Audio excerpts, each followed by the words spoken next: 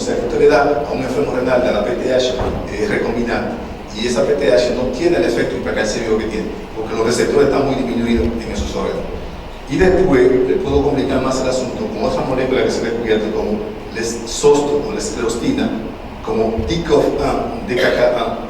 Y esas moléculas, usted ve en un trabajo de Ruska recientemente que muestra que un anticuerpo anti-DKK corrige todas las anomalías óseas de la insuficiencia renal iniciante.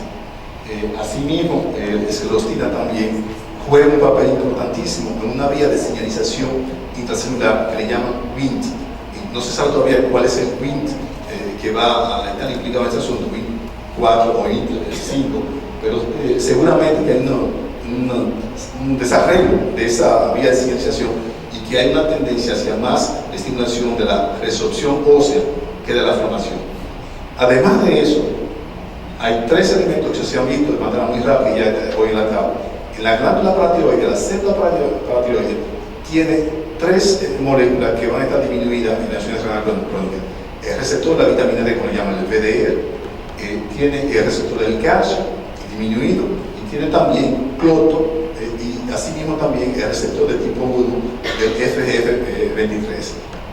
O sea, que esas tres moléculas que están normalmente son inhibidores de la secreción de PTH, como el calcio, como la vitamina D y como el FGF23, no tienen ese efecto frenador sobre la secreción de PTH. O sea, ya con eso, yo le he dicho en 3 minutos la fisiopatología del hiperparatiroidismo. Lo que pasa hoy, que sobre el punto de vista de epidemiología, hay un problema, es que solamente 2/3 de los enfermos van a tener la PTH alta al llegar a diálisis.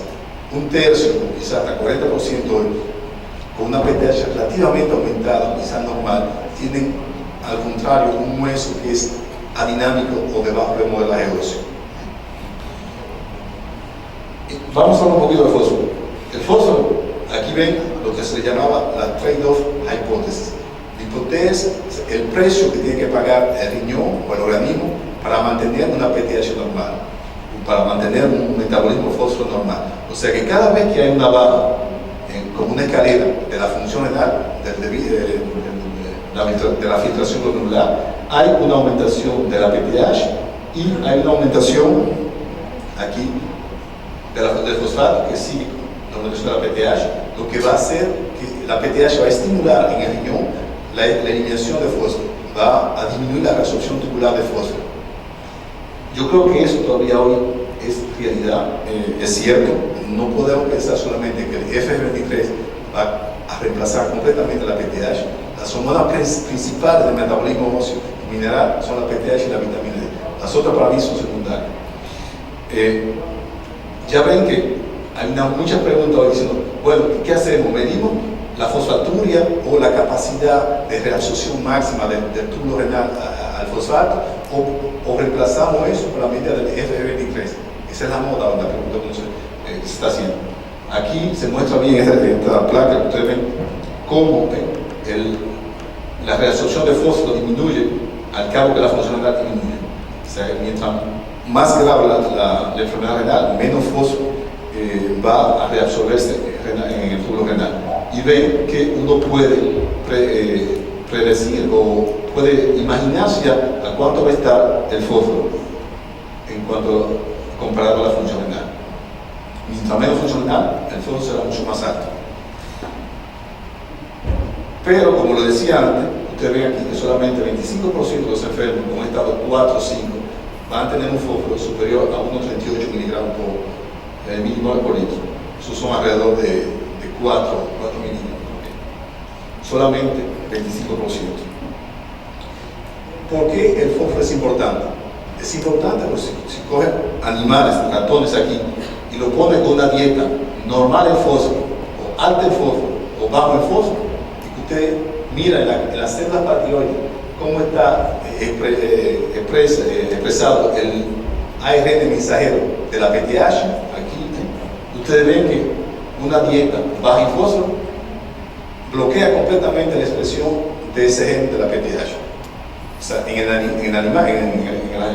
el animal se demuestra claramente que el fósforo alto va a estimular directamente la expresión de la PTH.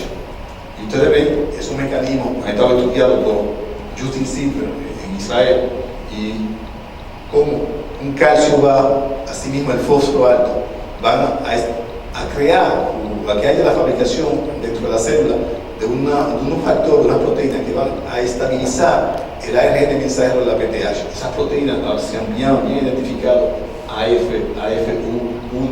y otras, o sea que son ribonucleasas que van a estar inhibidas porque el fósforo está alto, que van a estabilizar el ARN mensajero para que haya mucho más producción de PTH.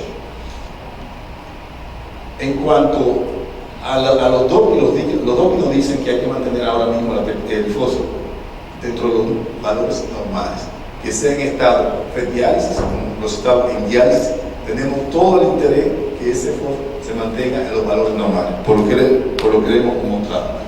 Y aquí ven los trabajadores de Statopolsky que cuando se da una dieta baja en fósforo de los animales, el fósforo disminuye y usted ve que la PTH se controla bastante bien y se mantiene en valores razonablemente normales.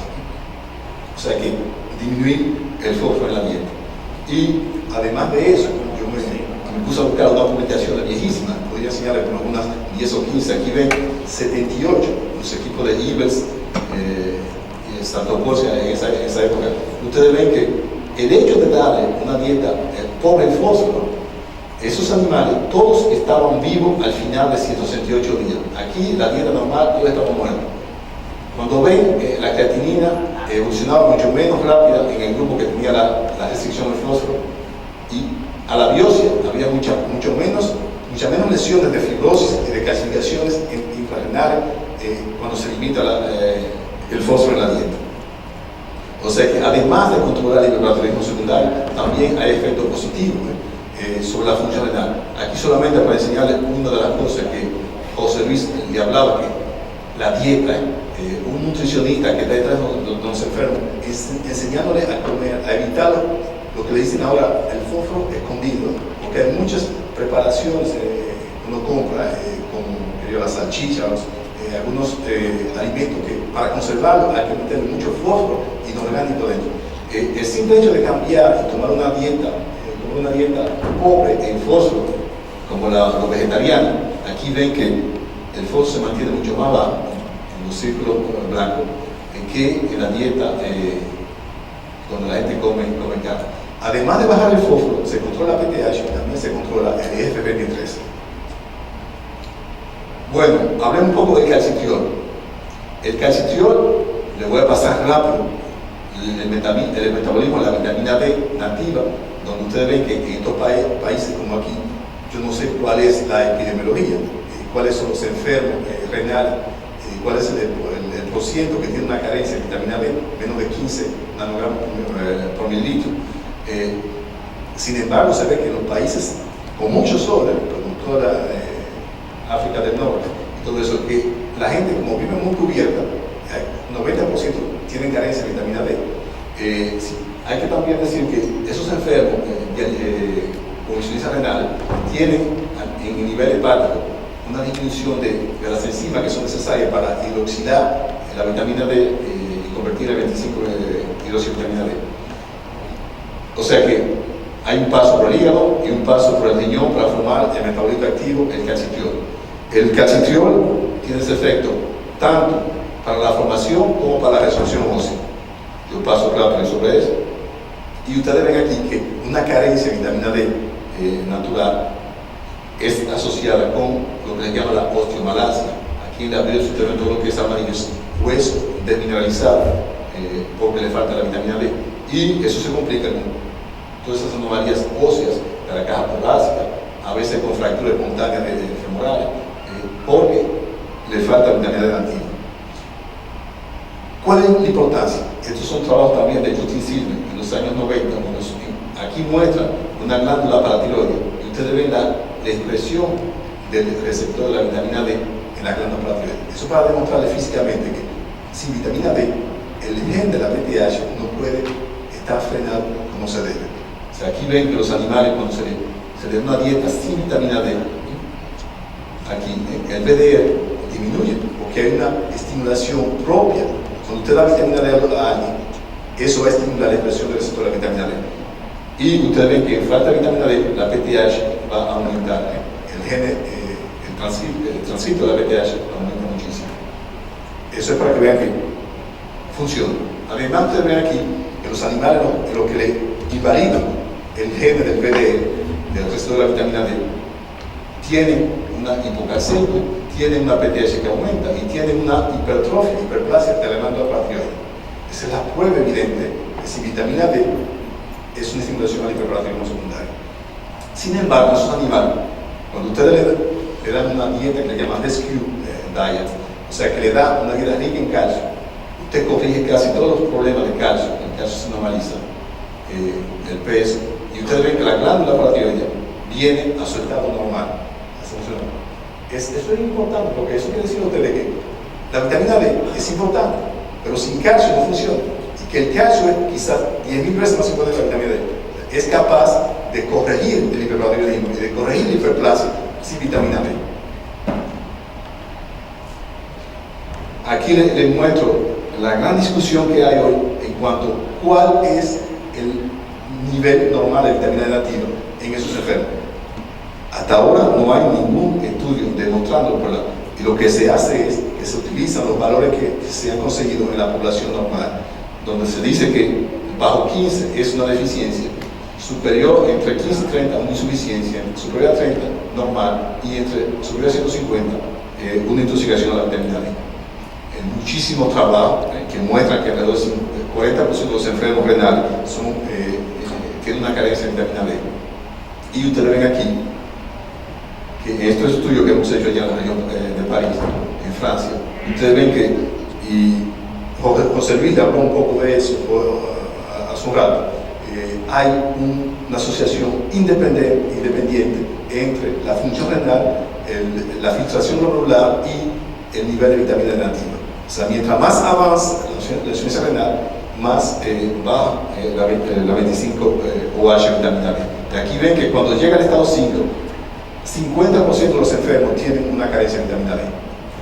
Porque la insuficiencia renal, por ejemplo, uno de los mecanismos es que hay una elevación del F23.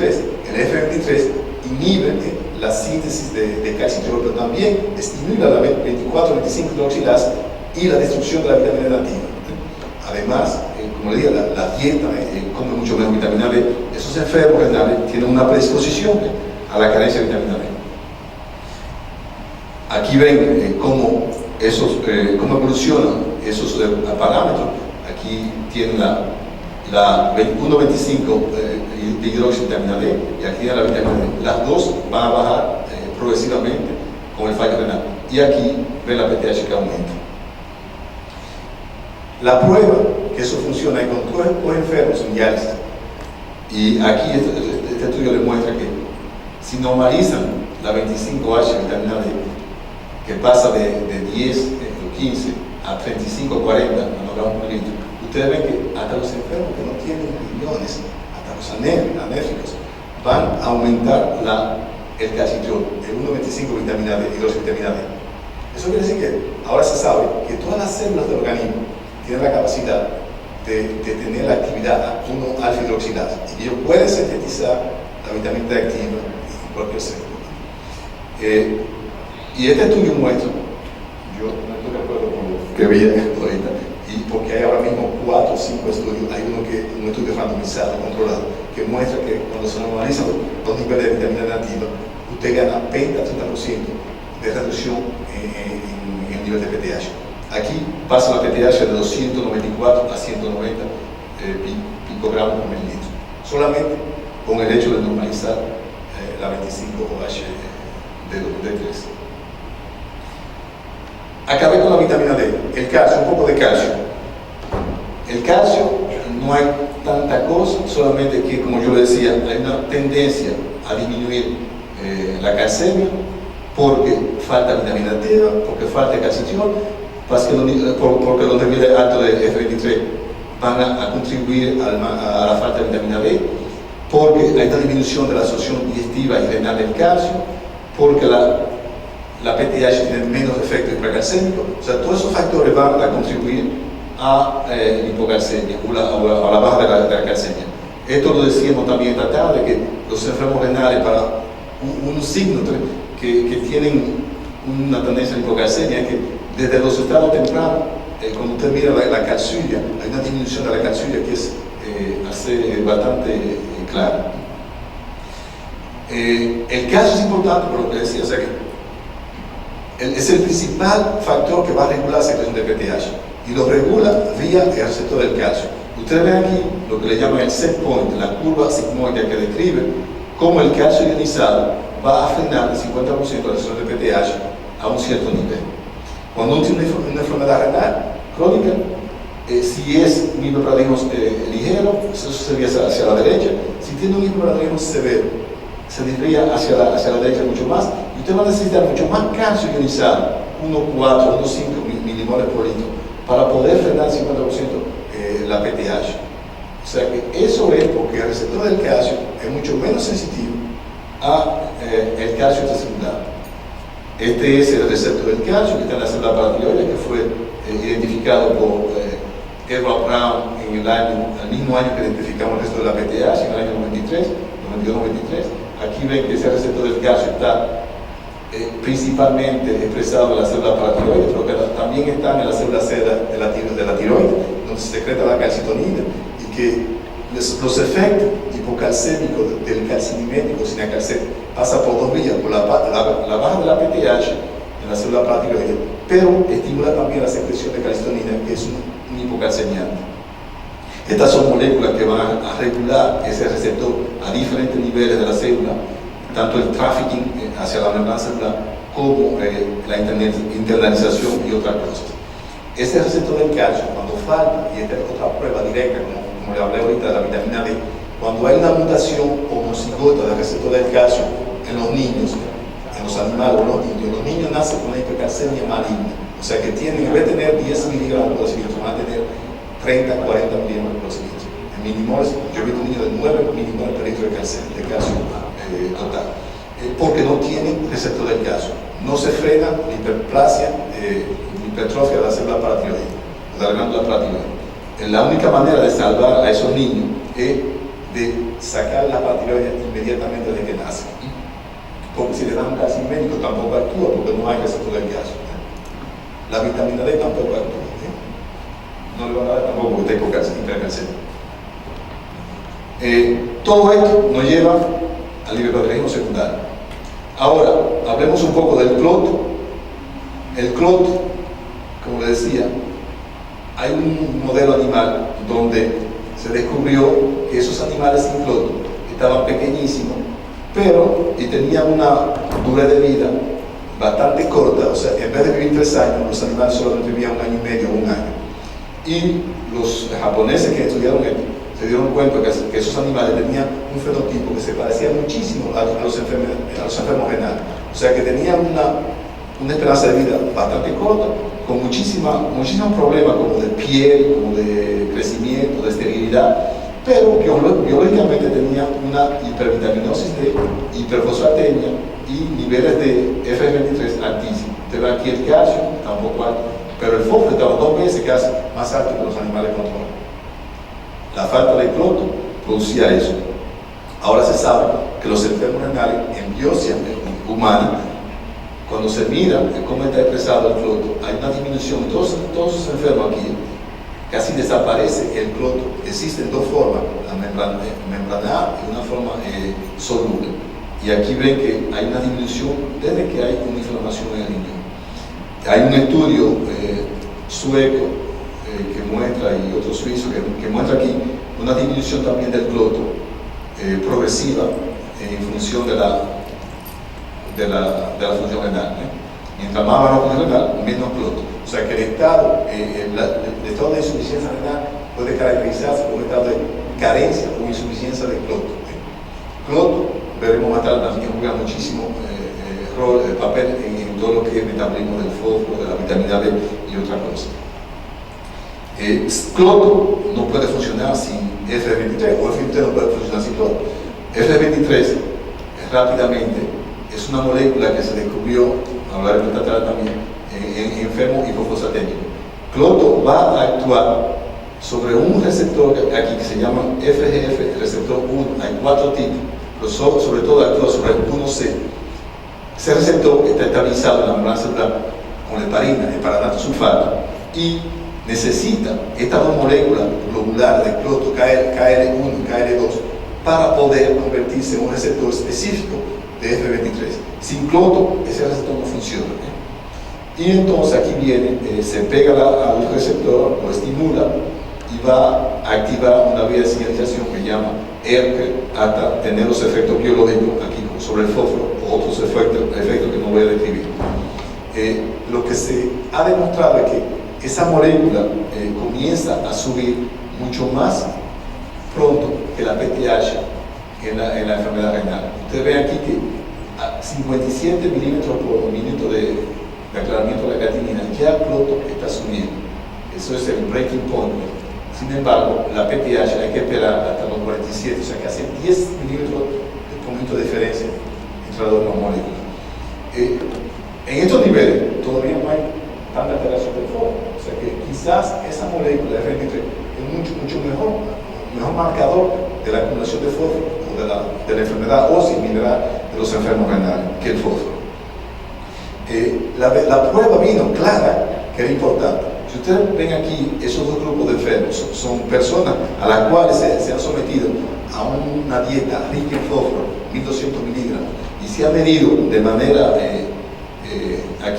continua la PTH, el calcio, la excreción urinaria de calcio, el fósforo y todo eso.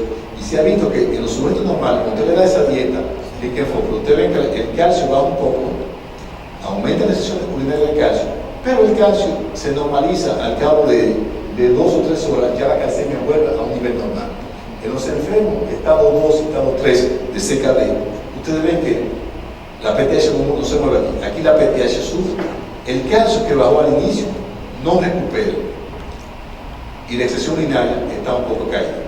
La única diferencia entre esos dos grupos, estado 2, 3 de estrés renal y los normales, era que esos individuos tenían un nivel de F23 que era 50% más alto, 75 picogramos por litro comparado con 50.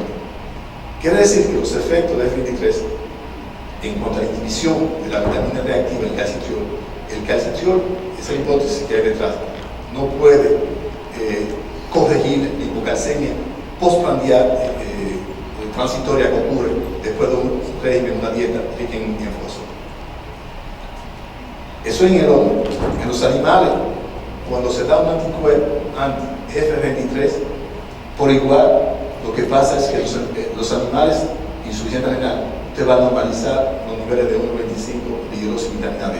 O sea, usted corrige la carencia en calcitriol simplemente inhibiendo, bloqueando el F23 con un anticuerpo específico. Lo que pasa con eso es que la PTH no se movió mucho, ¿sí? Tiende a bajar, pero si usted da un anticuerpo anti-F23 en los enfermos o en los animales insuficientes renal, va a subir el fósforo, porque va a bloquear, a inhibir el efecto fosfatúrico del F23. Y esos animales, cuando se adora el anticuerpo, ustedes ven aquí mucho más calcificaciones vasculares y una esperanza de vida que se ha acortado. O sea, eso es un problema mayor, hablaremos más tarde de eso. Si es lógico de inhibir o de normalizar los niveles de F23 en los estados precoces de la insuficiencia renal crónica. El receptor de la PTH, un poquito, porque esos fueron los estudios que yo hice generalmente en los años 90 en Boston y en París. Ustedes ven aquí que por igual, mientras más grave la insuficiencia renal, el tejido renal, el parénquima renal, disminuye la expresión del receptor de la PTH y que hace desaparece cuando están en los estados 4 o 5. En el hueso es lo mismo. Aquí en el riñón ustedes ven, y eso no se corrige si usted le quita la PTH a los animales. O sea que hay una resistencia a la acción de la PTH, a la acción hipercalcémica de la PTH, hipercalcémica y también hiperfosfaturiante y también estimulación del calcitriol, de la síntesis de calcitriol. O sea, si no hay receptor de la PTH, usted no tiene esos efectos. Y esa es la razón por la cual, una de las razones por las cuales los enfermos tienen tendencia a la hipocalcemia. Yo le dije que le iba a hablar un poco de esto, no tengo tiempo para la esclerotina en la DICOF. Vemos aquí en la célula paratiroidea cómo esas proteínas van a disminuir. Si comenzamos por el BDR, el resto de la vitamina D, se dice hoy, se han demostrado que en las glándulas de tipo nodulares, en las ciberplasias nodulares, el resto de la vitamina D está mucho más disminuido que en las paratiroideas, que solamente son hiperplasias. O sea, la prueba que las células paratiroideas disminuyen el BDR y que no responden más a la vitamina D. Esa es una de las limitaciones del tratamiento del cloisma ocular hace una hora. O sea que muchos enfermos no pueden responder porque no tienen casi, en un estado avanzado del hiperparadigma secundario, cuando tengo una PTH 1000, 1200, 1300, aunque el calcio esté normal, el fósforo esté normal, la vitamina D a veces no funciona porque no hay resto de la vitamina D en la paratiroide. Aquí ven también el receptor del calcio, igual, hiperplasia difusa, aquí o nodular, hay mucho menos receptor del calcio en las nodulares que en la hiperplasia. O sea que el calcio no puede tampoco ejercer su efecto frenador sobre la PTH. Y aquí tienen otra donde le muestran que el cloto está disminuido también en las nodulares hiperplásicas.